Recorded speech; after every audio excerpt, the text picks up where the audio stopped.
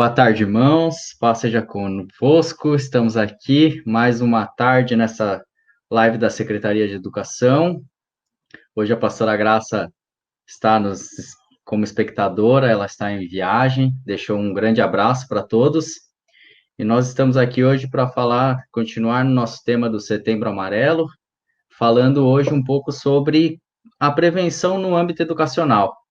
Em Mateus 19, 13 e 14, quando Jesus ordena que deixasse vir a ele as criancinhas, ele nos demonstra essa importância, né, de como cuidar das crianças, dos jovens, dos adultos. Então, o ambiente educacional é um ambiente propício para isso, né? Nós temos aí jovens adultos, né, seja no SEJA, no EJA, nos projetos sociais, que a gente tem pelo menos uma vivência de, no mínimo, 3 horas e meia, 4 horas diárias, né? Então, é possível fazer de uma forma coerente essa abordagem para detectar possíveis casos de depressão, de indícios de tendências suicidas, né? Então, para falar conosco hoje a respeito deste assunto tão importante, nós temos o professor Adilson Aves. Ele é mestre em Patrimônio Cultural e Sociedade da Univille, especialista em terapias cognitivas, psicólogo, pesquisador e supervisor dos projetos em Psicologia Cognitiva Comportamental, coordenador do curso de Psicologia da Unisociesc, professor no Centro de Educação Superior no curso de pós-graduação em Terapia Cognitivo-Comportamental. Atualmente participa do projeto Passos para a Resiliência, junto com a Delegacia de Proteção à Criança, ao Adolescente, à Mulher e ao Idoso na cidade de Joinville, com grupos de reprodutores de violência contra a mulher. Na clínica atua em atendimentos a jovens e adultos na abordagem cognitivo-comportamental e coopera também como professor do nosso ITQ SC 007 na cidade de Joinville. Então, seja bem-vindo, professor Adilson, um grande prazer tê-lo conosco para falar desse assunto hoje. Boa tarde. Boa tarde, professor Alex. É um prazer sempre estar aqui junto com a pastora Graça, junto aí com a Secretaria da Educação aqui do ITQ, da IEQ de Santa Catarina. E me sinto assim bem honrado e gratificado num lugar tão importante como nossas universidades e escolas, né? Amém. Então, professor, falando já de universidades e escolas, né? Como nós, enquanto professores, ou um pessoal, enquanto educadores, ou seja, qual for a posição, né? Porque a gente fala muito dos professores, mas nós também temos os cargos de secretaria, de refeitório, né? Como a gente, enquanto pessoas, enquanto cooperadores da área da educação, podemos atuar e perceber, começar a detectar alguns desses sintomas ou desses gatilhos que as crianças, os adolescentes e os jovens disparam a respeito do suicídio, a respeito da depressão ou de transtornos, enfim, dos diversos tipos.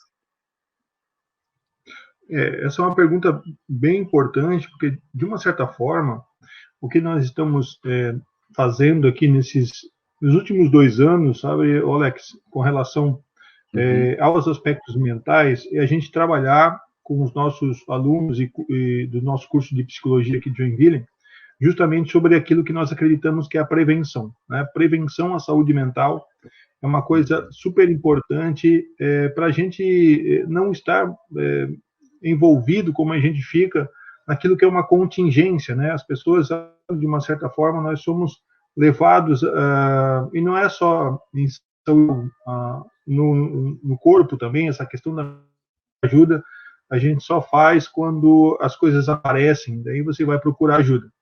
Nossa saúde mental, infelizmente, é assim.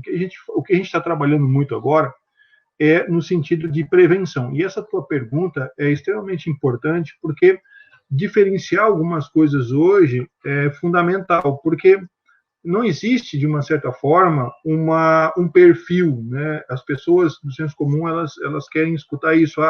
Qual o perfil da pessoa de paciente suicida? Qual o perfil? Existe um perfil? Não existe um perfil. Tá? Não, pessoas com depressão não estão, isso é mito, né? Tá deprimido, então ele pensa em tirar a vida. Não necessariamente, né? Não necessariamente. A depressão não está vinculada diretamente à ideação suicida. Existem vários casos de pessoas que acabaram cometendo esse ato e não manifestavam nenhum tipo de sintoma. Não eram deprimidos, não eram pessoas que estavam passando por algum tipo de dificuldade. Muito pelo contrário, eram pessoas contentes, alegres, otimistas.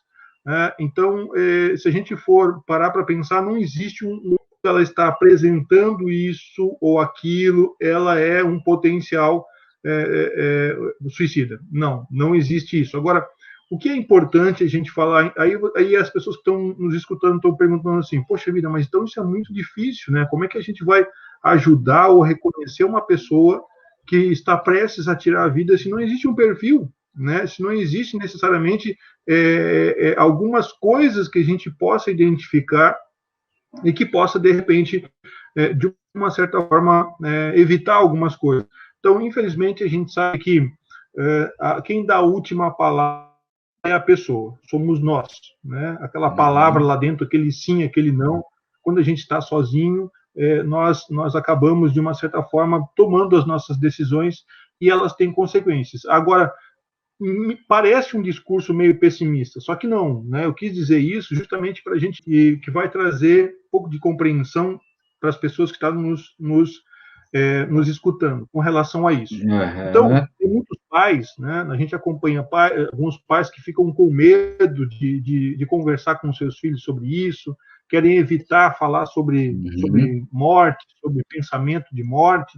Então, alguns tópicos é importante que eu colocar para a gente abrir essa discussão. Primeiro, perguntar sobre o suicídio pode induzir a isso. Não, isso é mito. Né? Se eu perguntar para o meu filho se ele já pensou em morrer alguma vez, se ele já pensou, eu posso estar incentivando ele a cometer o suicídio. Não, né? Não necessariamente. Porque se você não conversar com o seu filho, se você não conversar com os seus alunos, eles conversam entre si, né? Alguém vai conversar com eles.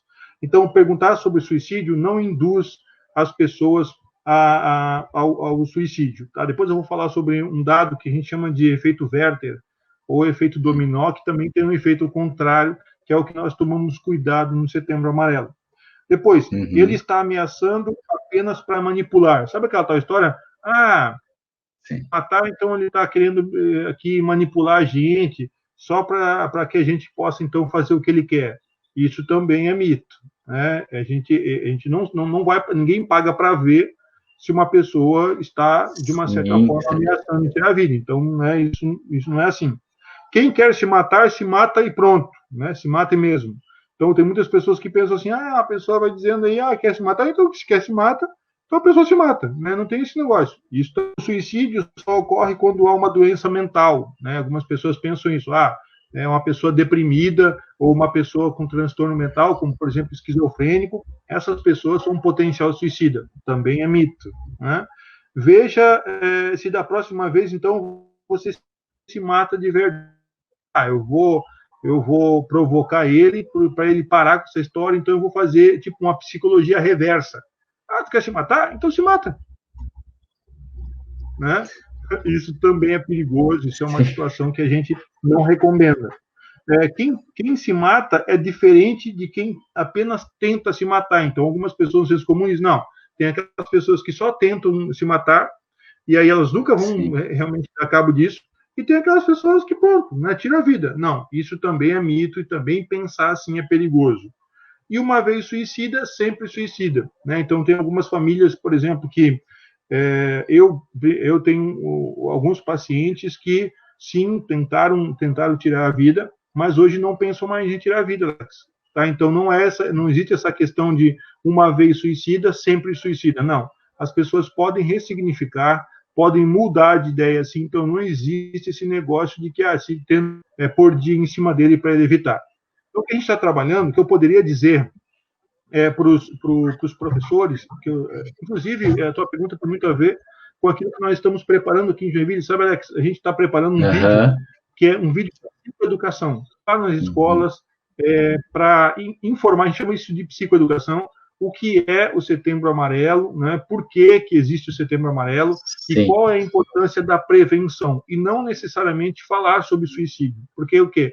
O suicídio já tem algumas séries que falam sobre isso, existem livros que falam sobre isso, inclusive existem na internet meios de ensinar, né? A gente vê aí, não faz muito tempo que a gente estava falando sobre baleia azul.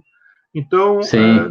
não é assim que a gente trabalha o Setembro Amarelo, né? A gente deve trabalhar com relação à prevenção. Porque o ato em si, ele chama a atenção de algumas coisas. Então, o que eu poderia dizer? Como que eu posso perceber alguma coisa? Tem pessoas que conscientemente não querem mais viver, por um motivo qualquer. A vida não faz mais sentido, então que bom que eu morresse. Aí soa essas expressões. Até alguns anos atrás, isso era uma força de expressão. Né? As pessoas falavam isso. Pô, que bom que eu morresse, que bom que eu fosse para o céu, né? Isso realmente é uma força de expressão, uma deixa de que ela realmente pensa em se matar. Agora, existem alguns comportamentos, sim, que a gente pode identificar, que a gente chama de comportamento para-suicida. O que seria um comportamento para-suicida?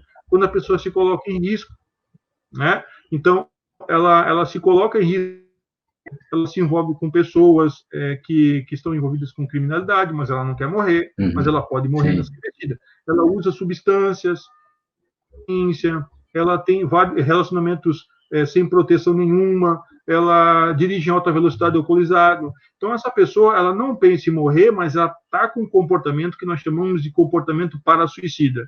Então, de uma certa forma, ela é orientada, ela sabe que isso vai causar um problema, então ela pode estar, de uma forma indireta, dizendo, olha, né, estou querendo morrer. Então, a gente trabalha com um grupo de apoio, Alex. O que é grupo de apoio? E aí vem diretamente a sua pergunta. Como é que a gente reconhece essas questões? Se relacionando. Como se relacionando? Convivendo com as pessoas. Então, os professores, eles convivem com os alunos. Mas essa convivência não é necessariamente passar tempo. Essa convivência é trocar, conversar. Tá? E aí, como o primeiro item ali, falar sobre suicídio de uma certa forma provoca? Não. Falar sobre suicídio é você automaticamente esgotar o assunto. Então, precisa falar sobre o assunto? Precisa. Evitar o assunto, evita o comportamento? Não evita. Então, rodas de conversas, não trabalho sobre a execução em si. Outro dia eu vi uma professora que acabou tendo um efeito ao contrário, né? Eles tiveram uma situação assim na escola e ela pediu para os alunos fazerem um trabalho, os alunos entraram em contato com a morte, pesquisaram sobre morrer e tal, não sei o que, e acabou sendo um efeito ao contrário. Isso que a gente tem que tomar cuidado também. Então, por isso que existe uma lei que não se vincula, né? De notícia, porque isso pode instigar as pessoas. Então, como que eu posso trabalhar o setembro? Como que eu posso trabalhar essa questão sem instigar, mas sim prevenir? Esse é o grande desafio. E aí, de uma certa forma, o que a gente toma cuidado é que isso não é só no Setembro Amarelo, né? Inclusive, tem uma questão que rola aí, Alex, que o de suicídio aumenta em outubro. Olha só que coincidência. Então, logo depois do Setembro Amarelo, acaba tendo alguns casos. Então, a gente está pensando, peraí, né, até que ponto o Setembro Amarelo ajuda a prevenir? Então, né, Alex, o que o meu filho sabe sobre isso, né? O que os meus alunos sabem sobre isso? E aí, realmente, uma questão de instrução, né? O que fazer, porque, de uma certa forma, o que a gente percebe é a mediação, a falta da mediação acaba deixando as pessoas mesmo, cada um por todos. E aí você vai encontrar e essas informações você não sabe nem que é certo nem errado, elas acabam de uma certa forma fazendo com que você cometa algum tipo de ação que você não teria coragem, mas de tanto entrar em contato de uma forma não mediada, você acaba usando isso como recurso. Sim. Então, na verdade, professor, o que acontece é que não é o Setembro Amarelo como trabalho, e sim a forma como ele é abordado que acaba gerando essa repercussão, esse processo de inversão do resultado. Sim. né? Isso é uma coisa assim, um pouco delicada, porque, veja bem, se a gente for começar a analisar aspectos da pós-modernidade, né, vou te dar um exemplo de como isso é importante, principalmente quando a gente está falando de ambiente religioso. A gente pega, por exemplo, numa sociedade, sei lá, né, são fluidos, vamos dizer assim, são muito rápidos por conta da tecnologia, e aí você tem, por exemplo, alguns filósofos que são mal interpretados, como, por exemplo, Nietzsche, que fala sobre a morte de Deus, que fala sobre essa questão de não ter... E tem muitas pessoas que só não tiraram a vida ainda por causa da questão da religião, né? Porque não querem ir para o inferno, porque não querem perder a sua vida, era querer morrer. Então, a questão não é a gente reforçar o morrer, mas é reforçar o sentido da vida. Espera aí, se você está pensando em morrer, é porque você não está sentindo prazer na vida. E se você não sente prazer na vida, o que a gente poderia fazer para que esse prazer possa ser instigado? E aí, com a experiência que eu tenho de acompanhar algumas pessoas, não é falar sobre a morte, não é falar sobre evitar a morte, mas sim falar sobre viver, sobre fazer coisas que dão prazer, estar com pessoas que dão prazer, acionar grupo de apoio. Então, a estratégia que nós podemos fazer não é necessariamente ficar reforçando aquilo que já aconteceu, aquilo que pode acontecer em termos de negativo, que é a morte, mas sim o que pode ser feito de algo positivo, ou seja, viver e viver bem, e viver com prazer, né? Sim. Então, baseado nisso, a gente pode elencar alguns elementos, então, por exemplo, dentro da escola, a questão da humanização da educação, né? Sair daquele conceito de uma educação bancária que simplesmente transmite conhecimento para uma educação onde as pessoas se integram na construção do conhecimento. Por isso, envolver os alunos em atividades, em projetos de pesquisa, que envolve resolução de problemas do seu bairro, da sua comunidade, porque quando você coloca as pessoas para se relacionar, passar tempo juntos, de uma certa forma se envolver em projetos sociais, se envolver em atividades em prol de resolver alguma coisa, você dá uma direção. E quando você, de uma certa forma, não traz algum tipo de atração, então, seja um produto que faz com que a pessoa se veja fazendo e perceba que ela é competente para fazer as coisas, você tem aquilo... Deixa eu te dar um exemplo para você entender o que eu quero dizer. Muitas crianças hoje, eu já usam a expressão tédio, é uma expressão hoje que eu tenho escutado de muitas pessoas. É a expressão então, da quarentena, dizer, né, professor? ai, que tédio, né? Quando você fala tédio, você não está vendo nada prazeroso para fazer, nada que você possa se envolver, e isso se a gente fosse parar para analisar, então, sabe, Alex, o que eu posso perceber nos meus filhos, nos meus alunos, é quando você escuta isso. Deixa impotente. Ele não te dá opções para você fazer. Agora, tem que ver o seguinte, esse ambiente é um ambiente estimulante, o filho e os meus alunos não conseguem perceber, ou sim, o ambiente ele outro e não traz nenhum tipo de desafio. Aí entra uma estratégia que a gente chama de comportamental, que é uma estratégia de eu fazer junto, né? Não dá para deixar os meus filhos, os meus alunos, muitas vezes, a ter ideias. A gente precisa fazer coisas juntos. Às vezes eles não consigam tomar iniciativa. Então, quando eu falo assim para as pessoas, tempo de qualidade, não é você passar um dia inteiro, um final de semana inteiro com os teus alunos, seus filhos, mas pode ser 5, 10, 15 minutos, mas eu fazendo coisas juntos com eles. Então, eu sempre digo, o relacionamento, ele resolve todas as coisas. Então, se eu escuto o meu filho dizendo que é tédio, ele está me dizendo alguma coisa. Eu não estou tendo nenhum tipo de atração, eu não estou me interessando por nada, não tem nada que eu possa fazer que me alegre. Então, automaticamente, uma das coisas que acontece quando alguém pensa em tirar a vida é o sentimento de sozinho no meio da multidão. Eu estou com a minha família, eu estou com os meus amigos, mas eu não me sinto que estou sendo visto, que eu estou sendo reconhecido. E como que a gente descobre isso? Não dá para descobrir isso. Muitas pessoas, elas não revelam, elas estão ali contigo, estão muitas vezes se acham sozinhas, elas se acham, de uma certa forma, desprezadas, abandonada. Eu descubro isso, na verdade, não preciso descobrir se ela se sente abandonada ou não. Eu resolvo isso pela relação. Eu peço opinião quando eu divido coisas, sabe? Isso é importante de cotidiano. Nesse sentido, professor, dentro das nossas igrejas, né, das igrejas evangélicas, há essa carência dessa percepção desse tempo de qualidade, desse relacionamento, devido ao fato de que se espiritualiza muito as coisas e a gente ainda tem uma barreira a ser quebrada a partir da psicologia, né, da necessidade de um atendimento psicológico para casos específicos, ou nesse sentido, a gente, acredito que a gente tenha dado alguns passos, mas eu acho que, na minha concepção, e eu queria que o senhor desse a sua, como a igreja pode humanizar isso para que a gente realmente entenda a relação e entenda o limite do atendimento pastoral para o atendimento psicológico profissional?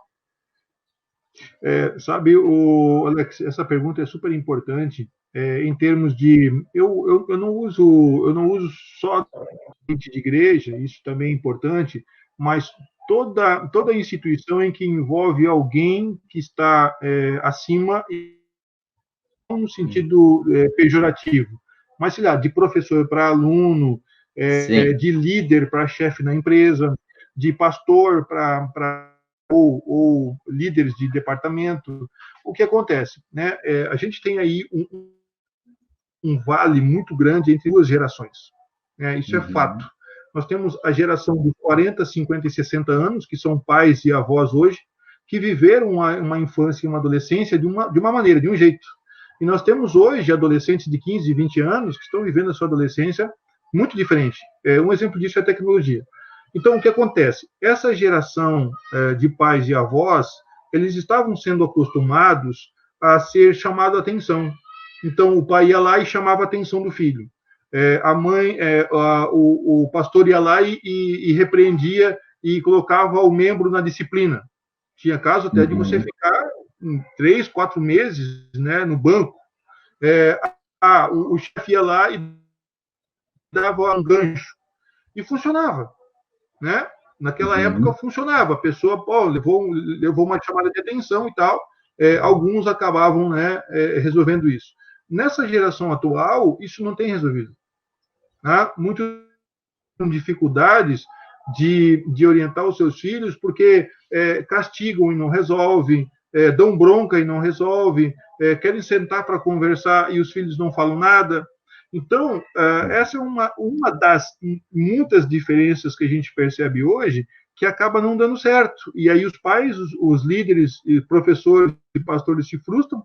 Então, assim, Alex, ao invés de você chegar e chamar alguém para conversar, é difícil você chamar o teu filho para conversar. Ele vai ficar te olhando, não vai falar muita coisa. A gente brinca, né? Tem aquele papo adolescente. Foi legal, foi massa. Mas não vai ter uma conversa com muitos detalhes aí. Então, o que é que a gente faz? Né? Para a gente, isso é muito difícil, porque se você perguntar hoje para as pessoas dessa geração, talvez eles vão dizer assim, nunca saí com meu pai, nunca tomei um café com meu pai, nunca a gente saiu junto, né? Dificilmente você trabalhava muito, você via o teu pai pouco, e estava beleza. E quando ele vinha para te dar uma enchida de saco, né? Só que qual é a estratégia hoje, então? Quando a gente falar o tédio, ou quando a gente falar, meu filho não sabe fazer as coisas, quando eu era criança eu tinha que me virar, eu comecei a trabalhar com 14 anos, e esse guri aí não faz nada. Então, a questão é, vamos fazer juntos. Não sabe fazer? Então vem cá que eu faço contigo. Então não é essa questão. E tem muitos pais que muitas vezes faz pelos filhos. Eu não devo nem fazer por eles e nem deixar eles fazer sozinhos quando eles não sabem. Então, hoje, porque o que acontece? Quando você chama o teu filho, ou um membro da tua igreja, ou de repente um funcionário, você não precisa estar tudo bem, você tem o que dizer, porque ele vai te falar. Vamos, sei lá, vamos fazer conta. Não precisa perguntar se está tudo bem. Fazendo coisas juntos, essa relação vai me dar uma deixa de que, poxa, né? Se você chegar de cara para uma pessoa e falar assim, você está com problema, quer contar alguma coisa para mim? Talvez as pessoas não contem. Tá? Talvez elas fiquem para fazer alguma coisa. Olha, vamos ali no mercado comigo, vamos roçar essa grama aqui comigo, vamos tomar um café, vamos fazer essa atividade, mesmo que a pessoa não faça, mas estando com você, ou ela fazendo algo com você, a gente chama isso de compartilhar momentos. Eu não estou com a minha cabeça em outro lugar. Agora, veja bem, eu tenho que fazer alguma coisa que seja específica para aquela pessoa. Eu não devo estar com o celular, não devo estar prestando atenção em outra coisa, porque isso vai reforçar que, poxa, é importante. Agora, eu sempre falo isso, viu, Alex? Por que a técnica da baleia azul deu certo?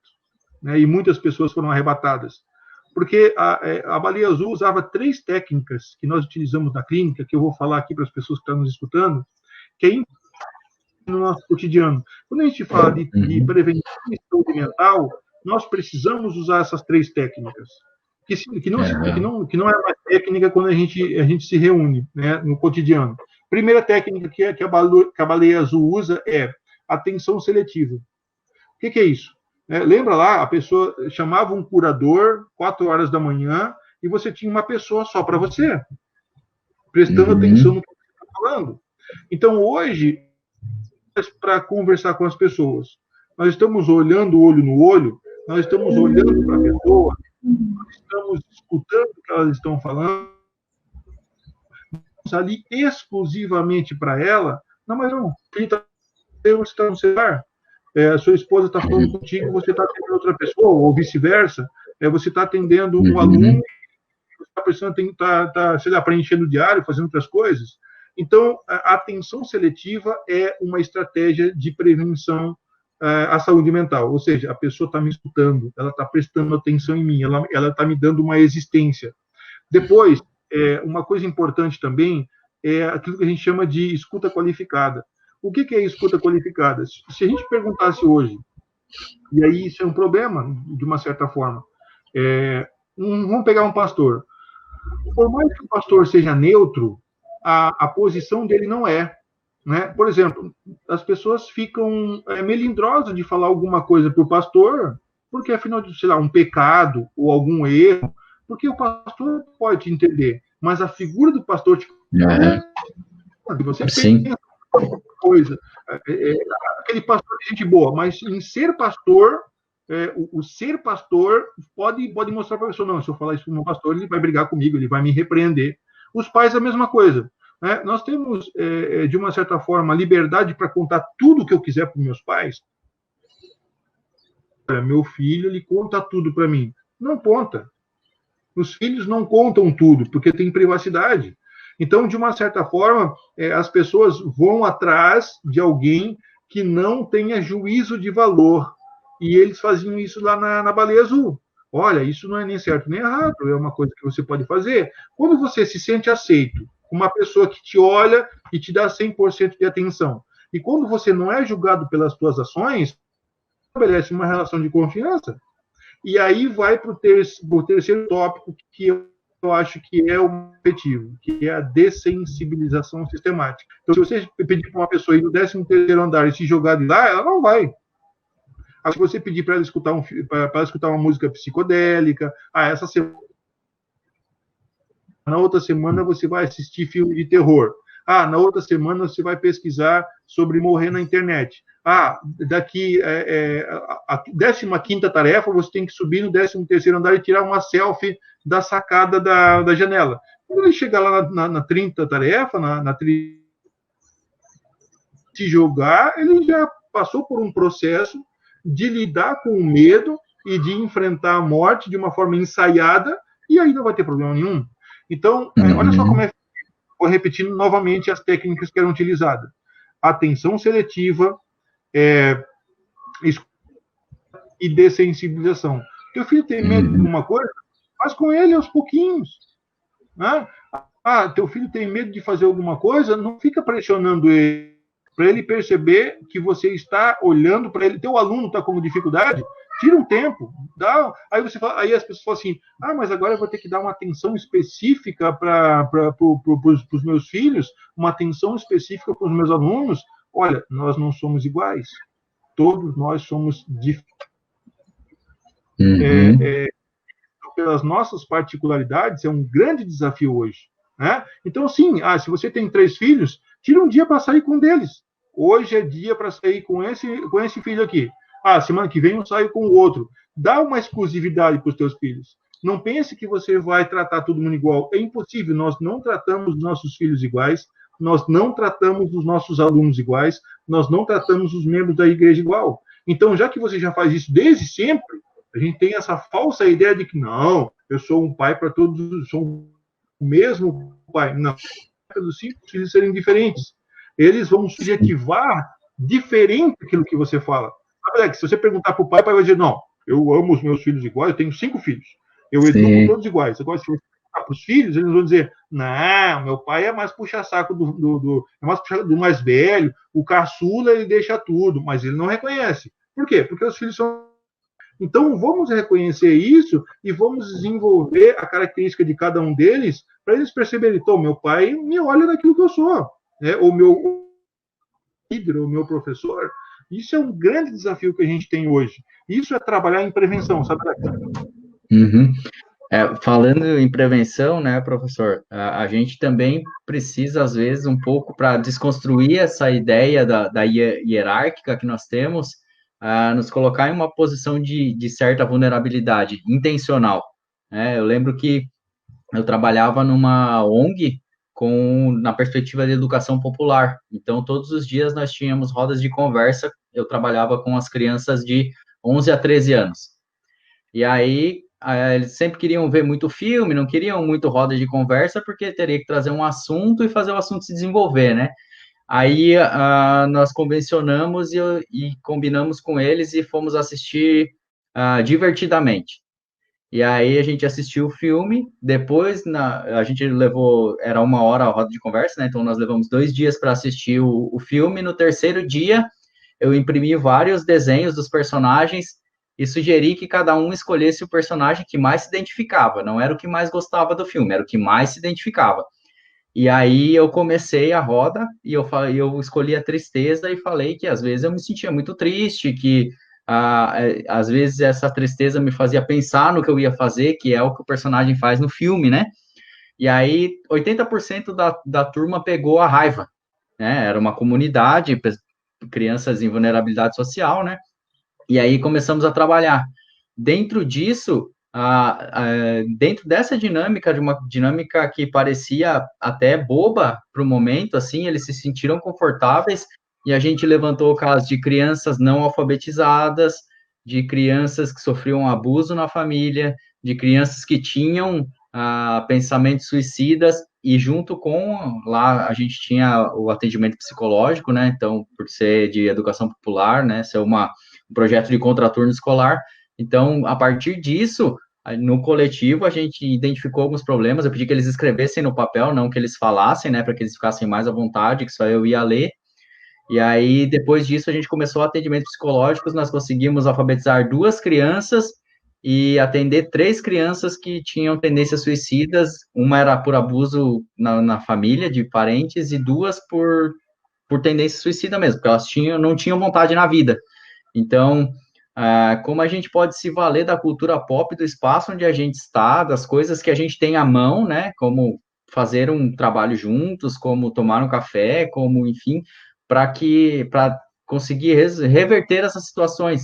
E aí eu acredito que passa também, quando a gente fala em prevenção escolar, não só do Setembro Amarelo, como da campanha de comunicação não violenta, a campanha anti-bullying, então isso que acaba desencadeando outros processos, né? Sim, isso é bem importante. Até a gente fala sobre a gestão das emoções, né? As múltiplas inteligência, essa questão de você, a gente fala muito sobre psicologia positiva, depois eu posso passar algumas coisas aqui que a gente está trabalhando, que é você elogiar e reforçar os aspectos positivos ao invés dos negativos, você desenvolver e desconsiderar os fracassos, porque isso você trabalha com questão de autoestima e, de uma certa forma, de ser aceito. Agora, é um trabalho que depende de uma mistura, né, Alex? Você precisa se misturar. E nesse processo todo, eu uso um exemplo, tá? Que esse exemplo é um exemplo muito simbólico, que serve para todos nós, educadores e líderes e tal. Imagina, a gente faz muito isso porque isso é simbólico. Você está conversando com uma criança e você é mais alto que a criança. Então, o que a gente faz? Se sentir observada e se sentir à vontade. Você se abaixa, né? E você conversa na altura dos olhos dela. Então, não tem problema para mim me abaixar. A criança não consegue crescer na minha altura para me olhar olho a olho. Então, eu estou à frente dela. Eu sou mais velho, sou mais alto. Eu consigo me abaixar. Então, quando eu falo de uma certa forma de você estar junto, é você sair da tua posição de professor, sair da tua posição de psicólogo, de pastor, de chefe, e se abaixar um pouquinho no nível das pessoas em que você está, e de uma certa forma você falar uma coisa, Alex, como isso é importante, como que você se sente visto quando alguém que você admira demonstra um gesto por você. Eu me lembro que quando eu era criança, que eu ia no cultinho, depois mudou, né, virou, não pode mais falar cultinho, né, agora tem que falar sobre culto infantil. A gente fala de cultinho, mas não por um sentido pejorativo, porque era para criança e tal.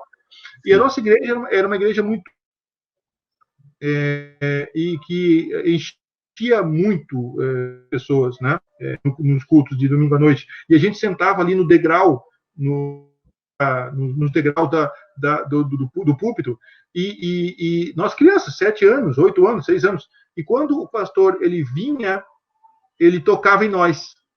Cara, para mim era uma coisa do outro mundo. O pastor passava a mão na cabeça da criança, né, ou tocar num ombro, ou chamar pelo nome.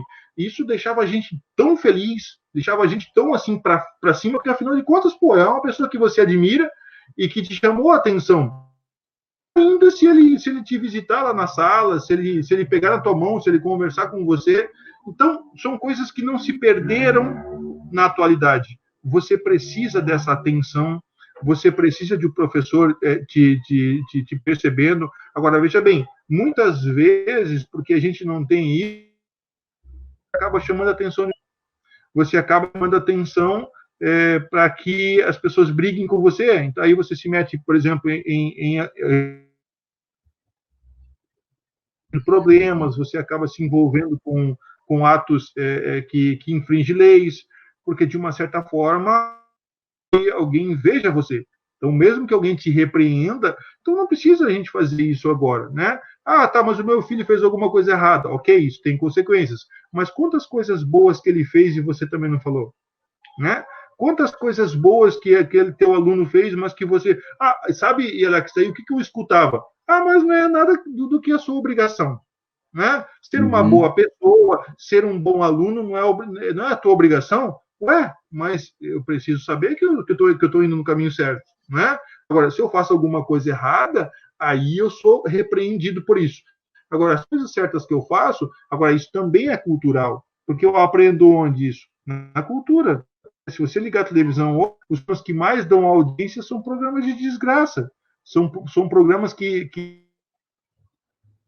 prestar atenção no erro. E nós fazemos isso no cotidiano, né? Nós não damos elogio para as pessoas. Dificilmente você elogia. E quando você elogia, você fica desconfiado, né? O que essa pessoa quer comigo? Está me elogiando? Parece que essa pessoa está te manipulando, né? E isso é muito complicado nos nossos dias. E trabalhar isso é uma das formas de a gente trabalhar com prevenção à saúde mental. Então, já foram várias dicas aí, né, para nós, enquanto pais, enquanto educadores, a respeito de como lidar com isso e como a gente consegue, professor, relacionar isso, às vezes, entre os pares, né? A gente está falando muito na questão hierárquica, mas e como identificar isso nas pessoas que estão na mesma altura que a gente? Por exemplo, num corpo docente, onde há uma pessoa com esses problemas, não necessariamente com tendências suicidas, mas com problemas. A vida é basicamente problemas e soluções e boletos, né? Já diziam na vida adulta, é isso. Então, como a gente consegue perceber os nossos pares Sim. também?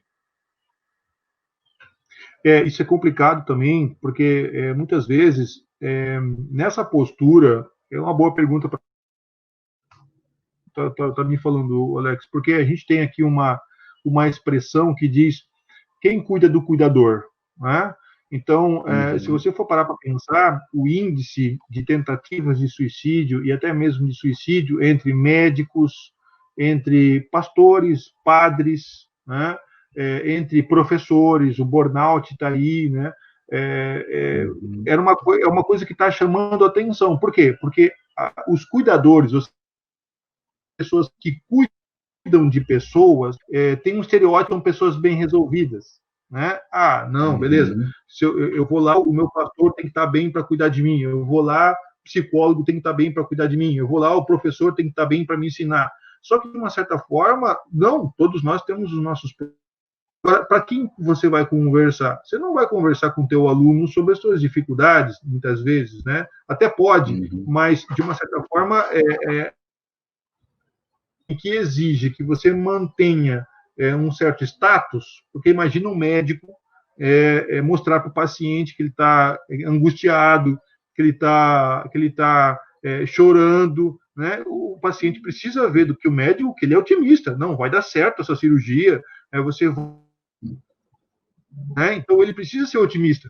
Imagina um pastor que nas suas pregações mostra só fragilidades. Não, ele precisa trazer otimismo para o povo, ele precisa, né, fazer que o povo acredite. Então, é a mesma coisa. Se o professor ficar só criticando, se o professor só uma questão pessimista que traz um desconforto dele, uma frustração dele, os seus alunos vão ficar desmotivados com relação a tudo.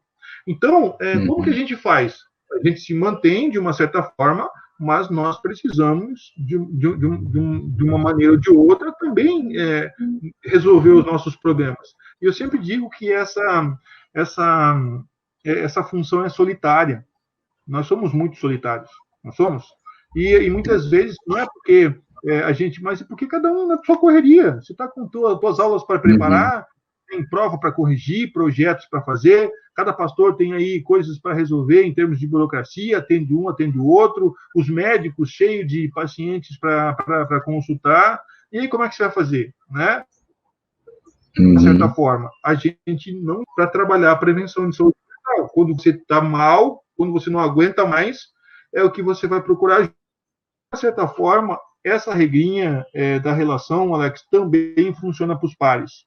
É melhor você, se você está angustiado, tira meia hora, tira 15 minutos, vai tomar café com alguém, vai dar uma passeada lá no bosque lá da tua faculdade, da tua escola, né, para ir lá na esquina tomar aí um refrigerante ou um suco qualquer, mas troque, converse com assim, ó, não é que você vai contar os seus problemas.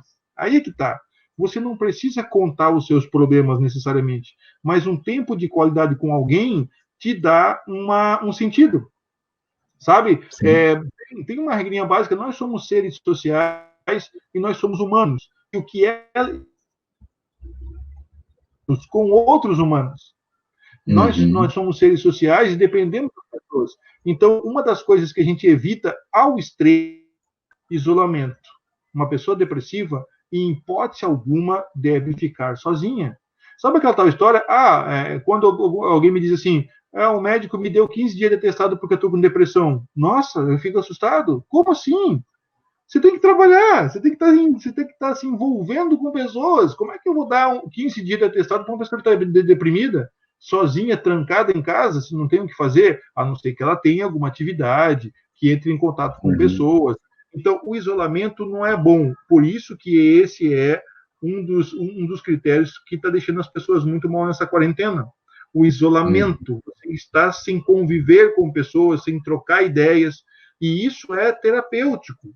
Tá? E não necessariamente que eu vou contar os temas, mas eu vou estar convivendo Então, tirar um tempinho, conversar com alguém, tomar um café, que não seja de trabalho, seja conversa do cotidiano. E não precisa ser um dia inteiro, não precisa ser um final de semana, mas momentos, 5, 10 você faz Uhum. isso, é o suficiente para você dar uma dinamizada e tirar aquela tensão que estava incomodando, né?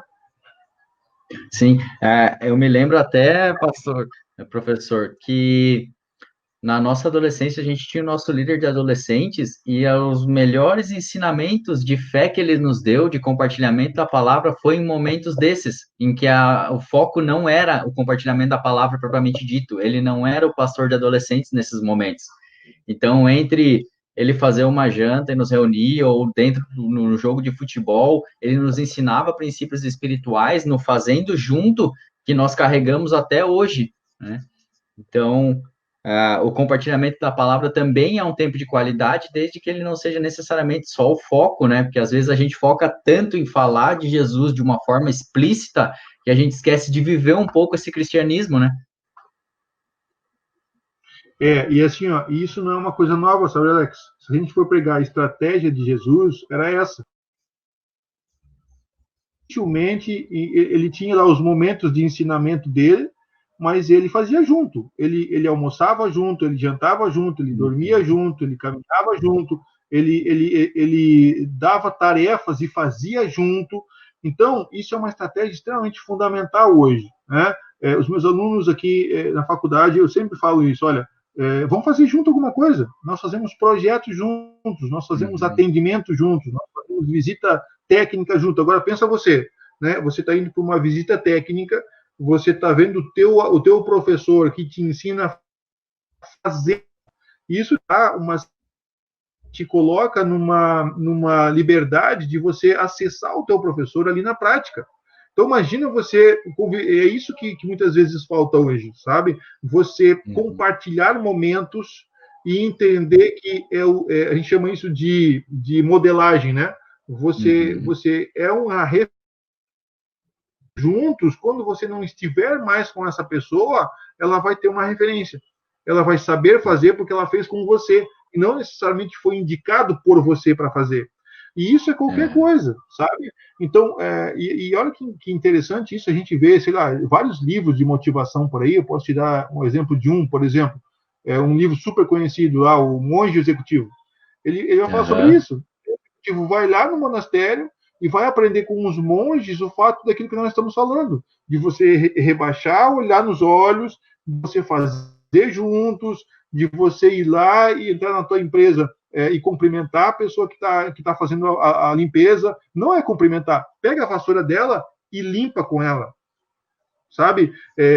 Poxa vida, e as pessoas vão dizer assim, nossa, ele é o diretor da empresa, mas passou aqui, ele é uma demonstração de humildade. Não, está dizendo, olha, eu posso fazer que nem você, né? Eu não sou, não porque eu sou diretor da empresa que eu sou melhor que você. E tem outra, eu estou te vendo e estou valorizando como é importante o teu trabalho. Estou fazendo junto, tira um dia. A gente chama isso, tem algumas empresas que fazem isso que eu acho fantástico, que chamam de job rotation, né? Quando você pega as Uhum. pessoas e coloca em setores diferentes. Você coloca lá o Sim. diretor para ser chefe da manutenção, você coloca o chefe da manutenção para ser lá o diretor de vendas, e vamos ver o que vai dar, né? Para todo mundo saber que cada um tem uma função e que essa função é importante para o todo. Agora, se eu não sei o que a pessoa do outro setor está passando, eu só cobro, eu só exijo, mas eu não sei que ela demanda. Quando eu vou lá e eu faço junto, depois eu penso 3 vezes antes de cobrar alguma coisa, porque eu sei o que ela está fazendo. Então, sabe, Alex, prevenção é isso, é você fazer junto e não simplesmente cobrar e esperar resultados. Então, senta com os filhos, sei lá, arruma a cama junto. Nessa quarentena, tem muitas crianças que ficam reclamando das coisas, bota ele para discutir com ele. Então, o que você sugere que a gente poderia fazer? Vamos fazer junto. Uhum. Tá reclamando de arrumar o teu quarto? Vamos arrumar, vou lá, vamos arrumar contigo. Pronto, vamos arrumar junto. Você está reclamando de consertar tal coisa? Vamos lá, eu vou te ajudar a consertar. Então, esse vamos lá, vamos fazer juntos é relacionamento. E quando eu tenho uma pessoa que faz comigo, eu tenho segurança de compartilhar coisas com ela. E outra coisa, você falou uma coisa importante. Esse mito que nós temos de estar sempre feliz, não é verdade. Você pode se sentir triste, sim. Você pode se sentir desanimado, sim, mas essa tristeza, esse desânimo, não é para você se matar. Ora, isso um momento para você partir para uma alegria, partir para um sucesso. Eu tenho que passar por isso. Se a gente for olhar em termos filosóficos, mais conceitual, a alegria e a satisfação só são alegria e satisfação porque você passa por um momento de desprazer. Agora, se você não reconhece que esse momento de tristeza que você está passando e esse momento de sofrimento, ele é justamente o desencadeador para a felicidade e para a alegria e para a satisfação, aí você se perde ali mesmo. Então, assim, pode sentir tristeza? Claro que pode. O problema é depressão, que tristeza é falta de Deus, que tristeza é opressão maligna. Não, tristeza é um sentimento que todos nós temos e que nós temos que passar, inclusive, enfrentar isso. Ninguém tira de nós essa tristeza. Nós enfrentamos com outras questões que vão suplantar as tristezas. Agora, elas vão vir. Então, falar sobre isso é importante. Agora, muitas pessoas ficam desconcertadas, né, Alex? Você chega em casa e fala assim, pô, tô me sentindo triste. Pô, como assim se sentindo triste? Né? Então, compartilhar sentimentos é importante. Porque compartilhar sentimentos faz com que você automaticamente esteja junto com a pessoa, caminhe junto, né? A gente chama isso de compartilhamento colaborativo. Então, nós estamos chegando aí eu estou contando aqui, né, 56 minutos. O Alex, eu acho que ele acabou dando um delay aí, vamos ver se ele vai voltar. Se não, quero aqui agradecer mais uma vez pelo convite. É super importante a gente falar sobre prevenção à saúde mental, Setembro Amarelo, mas em todas as épocas do ano. E a palavra que eu deixo aqui, ou a sugestão que eu deixo aqui, é a gente se misturar, se relacionar com as pessoas que nós estamos convivendo. Então, se relacionar com os alunos, porque eu penso que a grande vamos levar desse mundo, ou o grande objetivo que nós temos enquanto estivermos nesse mundo, são os relacionamentos. Conviver com as pessoas da vida.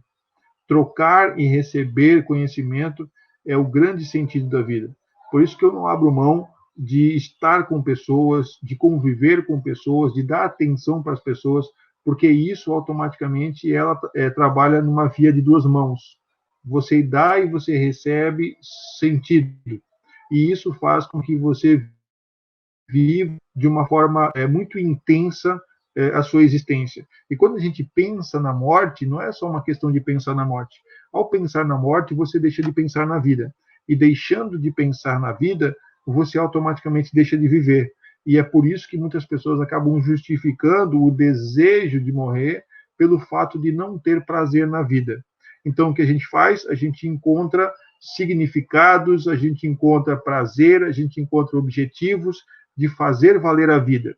E fazer valer a vida é colher os frutos daquilo que a gente tem para fazer consigo mesmo e com as pessoas com quem a gente ama, né? E com as pessoas que nós vamos encontrar na vida. Então, tá aí a minha a campanha do Setembro Amarelo. Estou à disposição de todos vocês que estiverem assistindo, que quiserem, de repente, material, algum conteúdo para expandir mais o conhecimento, mas o que eu deixo é relacionamento. Relacionamento é o grande segredo para a gente viver bem e viver bem com pessoas. Certo, gente? Então, agradeço a oportunidade e me coloco sempre à disposição da pastora Graça, do Alex, quando for aí preciso novamente. Ok? Um grande abraço aí e até mais. Pessoal, quero aqui já deixar de público o agradecimento ao professor Adilson Aves. Acabamos tendo cair aqui no final, meu notebook travou, coisas da tecnologia que a gente não está sob o nosso controle, né? Mas podemos perceber a importância de trabalhar, de humanizar, né? De nos relacionarmos com as pessoas, seja no ambiente educacional, no ambiente da igreja, na nossa família. e trabalhar realmente essa prevenção de forma ordenada, de forma a valorizar a vida. Era o que Jesus fazia, né? Jesus, ele se relacionava com as pessoas, ele separou 12 pessoas que ele andava 24 horas por dia juntos com eles, ensinando, se relacionando, compreendendo as dificuldades dessas pessoas, e é de extrema importância a gente trabalhar isso de forma efetiva, não só num mês específico. É claro que a gente dá uma ênfase, o Setembro Amarelo é realmente importante, mas isso precisa ser uma prática na nossa vida, né? E que o Senhor nos ensina através do relacionamento, ele nos edifica, né? Ele diz que, Provérbios diz, né? Como ferro afia o ferro, pessoa afia pessoa, né? A gente se melhora quando a gente está em comunhão, está em unidade, está em convivência. Então, desde já aqui já deixamos o agradecimento a você que está nos acompanhando, você que quer compartilhar conosco, logo estará disponível no YouTube essa live, quer retomar alguns conceitos. Deus abençoe vocês. Voltamos na quarta-feira, às 17 horas, né, com uma próxima live. E a pastora Graça deixou um grande abraço, deixamos aqui manifestado a ausência dela, mas o carinho que ela tem por essa página, o carinho que ela tem pelo trabalho, por esses assuntos que são tão relevantes, e que Deus abençoe vocês, fiquem na paz de Deus, nos vemos na quarta-feira.